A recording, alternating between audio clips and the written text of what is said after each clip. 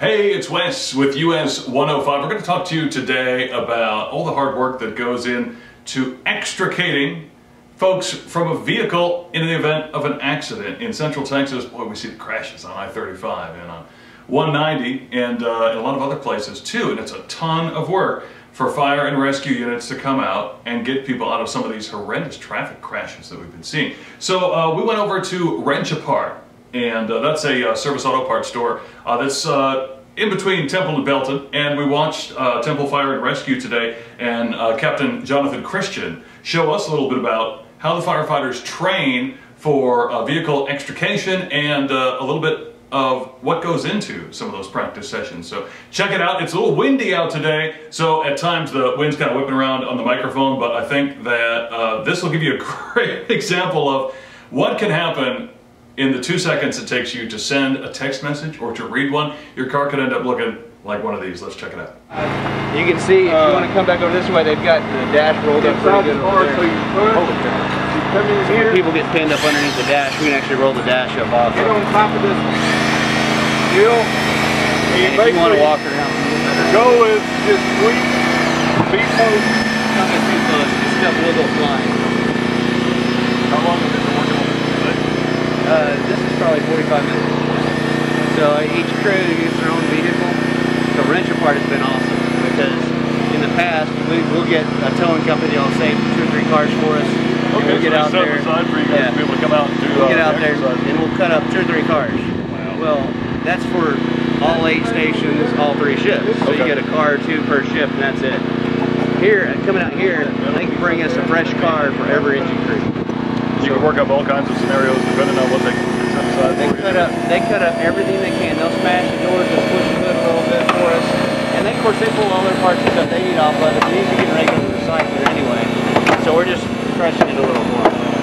But it gives us that practice of, hey, I can pop 4 doors 4 different ways. I can cut all the posts, do a roof flap. I can pull the roof back and get it completely off. I can pop the front of something.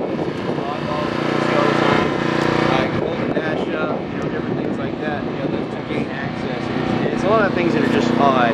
Got a Mercedes over there. How many times you get to do it, cut up a Mercedes or a BMW? How often do you guys do these kind of exercises? We try to do some extrication stuff every year.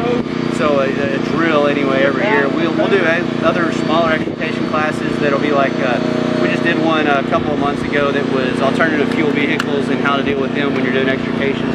And so we'll do things that correlate all the time. We train 2 hours a day every day. And it looks like you got quite a bunch of guys out here working on stuff today. We have 2 engine crews out here right now. And it seems like there's no shortage of this happening on expressways and everything around here. I imagine this is a real important time of year when you guys get to come out. Absolutely. With I-35 and all the construction, we see quite a few wrecks, and so this gives our guys the ability to really practice in a controlled scenario where they can practice some techniques. They can try something new they saw. Some firefighter up in New York found a new way to do something, and he thought this was great. But we can try it out and say, nah, it doesn't work for us, or we like it, or we don't like it, or whatever. But it's pretty awesome because it's just getting the guys' hands on time with the tools, making sure they're comfortable with the tools, and we also have a lot of new battery operated tools that are they're the same kind of hydraulic tool, but they're running off a little battery pack. Oh wow! And so now you get a little further with it. Yeah, you can walk around with them a little easier, and we're actually carrying them on every frontline engine company. Okay. And a lot of them are little combi tools, so it's a little cutter and a little spreader. So it's not the best cutter and it's not the best spreader, but it does a little bit of both, and it works good for our initial door pop and things we need to do while we're waiting for the big rescue to get there with all the big tools. Look at how it just lifts up the whole console and everything. Yeah, when we roll the dash, it does a lot. But now to roll that dash, you have to make the right cuts in the right places. Otherwise, we won't get it. You see they cut down the A-post, and they made a really good cut on the quarter panel. And that allows us to go. And we normally wouldn't roll them that high. We'd roll it just enough to get the patient out.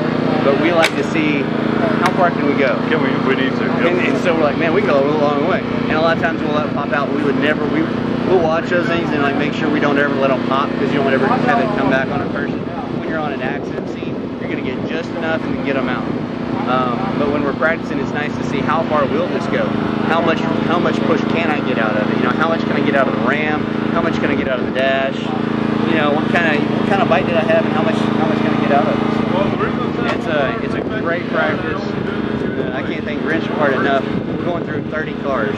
No kidding. So we started on Monday. We had 5 tool vendors out here and did sort of an evaluation of some of their tools. And we went through that with them for half a day on Monday with some of our lead guys and instructors. And then we came back Tuesday, Wednesday, Thursday, all day long. We run 2 crews out here, and then they swap out and get 2 more crews. We swap out and get 2 more crews in the afternoon, and 2 more crews in the late afternoons. Get them everybody to have their own car. So that's awesome. Thank you guys very much for letting us film some of this. Oh, absolutely.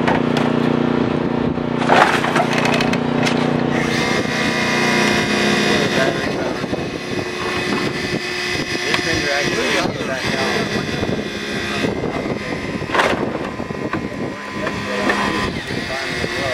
Back out today and brought it back down to pretty good estimate control. And it's guys more. It is actually we have different specialized batteries a little bit longer life. The running time better, a little bigger. So we do have a lot of manufacturers that are in either a Milwaukee or the Walton that start looking into batteries.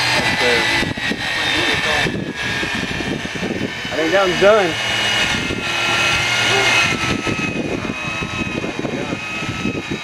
Finally make you change your battery today. I think that's about it. Did you want to look at any of the other ones?